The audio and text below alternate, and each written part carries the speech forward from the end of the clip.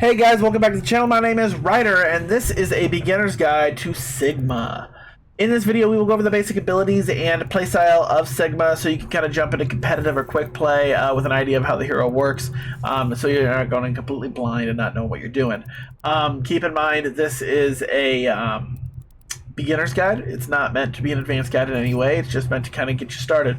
To really master heroes in Overwatch, it does take practice and whatnot, and you will need to put that practice in either the practice range, quick play, or whatnot before you really get good at some of these heroes. That being said, I will go over some tips and some tricks, strengths and weaknesses of the hero, so that you can kind of get started and have an idea of what's going on. But before I get started, guys, please be sure to go down below, hit that like button, smash that subscribe button, leave a comment down below if you like these videos. And be sure to check the description down below where my Twitch link is, where you can go and drop a follow, and you can watch me live on stream, where I stream pretty regularly as well. But without further ado, let's jump into Sigma. So Sigma is a tank hero. What that means basically, as a tank, your job is to create space and protect your team. You have to create the space to push the point or push the payload or push the robot, and give your team the opportunity to push in. You're going to have more survivability, more sustainability than your DPS counterparts or your support counterparts. You should be at the front of the line. You should be at the front of the team. You should be the one leading the pack and pushing in. And Sigma has a lot of tools to kind of help with that. First and foremost is his shield. Okay, this is a 700 health shield. It is retractable and pull in. There is a 2-second cooldown when you retract it, and it blocks all incoming fire from the enemy. Your team can shoot through it. The enemy team cannot. While this is active, anything in front of it is blocked. This goes for Roadhog's hooks, any gunfire, any grenades, anything, even Diva Bomb will be blocked by this shield. That being said, it only has 700 health, so it can be burnt down pretty quickly. So keep that in mind. It is also static. It will not move with you. It's not like the Reinhardt shield that moves with him. You will have to keep in mind that you need to retract this and bring it back, and it'll take 2 seconds for it to respawn. Then you can shoot it out again to block. But as you can see, these robots are doing pretty respectable damage to the shield. Now, as it starts to tick down, you will start to notice cracks in it. You'll start to notice that it's starting to weaken. You'll normally hear some voice lines from Sigma saying, a barrier is giving out, something along those lines. And then and then as it starts to go out and get closer, you can retract it, and it will refuel over time. As you can see, it's showing a little gauge there, showing the health bar of the shield, and then you can set it back out again. Never let your shield break if you can help it, because it does induce a cooldown, and I'll show you that here in a second as it ticks down. This shield is very useful. It's going to be the main thing that's going to create some space. Your shield can be used in a lot of inventive ways. It can be used to block, fire from Soldier 76 and McCree and Ash. As you can see, breaking the shield now induced a 4-second cooldown instead of that 2-second cooldown from retracting it. So you should always try and retract your shield before it breaks to save yourself from that larger cooldown that you're going to have. Now, other abilities that he has is his primary fire, which is his gravitic orbs. These fire 2 orbs from his hand. These do ricochet, they do bounce around, they do bounce into rooms, and they bounce all over the place. They can hurt Sigma. So keep that in mind whenever you're in close quarters. It can hurt Sigma. It doesn't hurt him very hard, though. It does do respectable damage, however, to anything else that it hits. You should basically, anytime you're in a fight, you should be spamming this. Honestly, just hold the primary button down. The entire time that you're fighting, hold it down, because it's all just free damage. Free damage, just try to zero in on targets. Direct hits are preferable, but honestly, any of it being thrown in the enemy team's way is respectable damage, and it helps build your ult charge. One of his abilities as well is his accretion ability, where he throws a massive rock at the target and causes a pretty good amount of damage, and it also stuns them.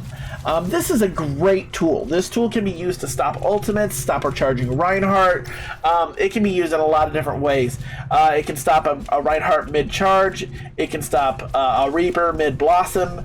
It can do a lot of things utility-wise with the stun that it brings, but it also does a pretty respectable amount of damage as well. So it's a good way to kind of shut people down and do a pretty good amount of damage. And then you also have his personal self-sustainability, which is his kinetic grasp. What this does is for a few seconds, he basically absorbs all incoming fire towards him and converts it into a shield.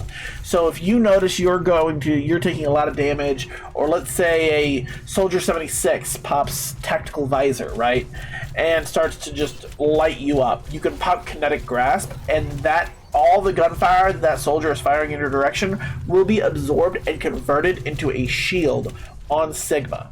So this is something very, very nice that keeps you alive if you're being focused.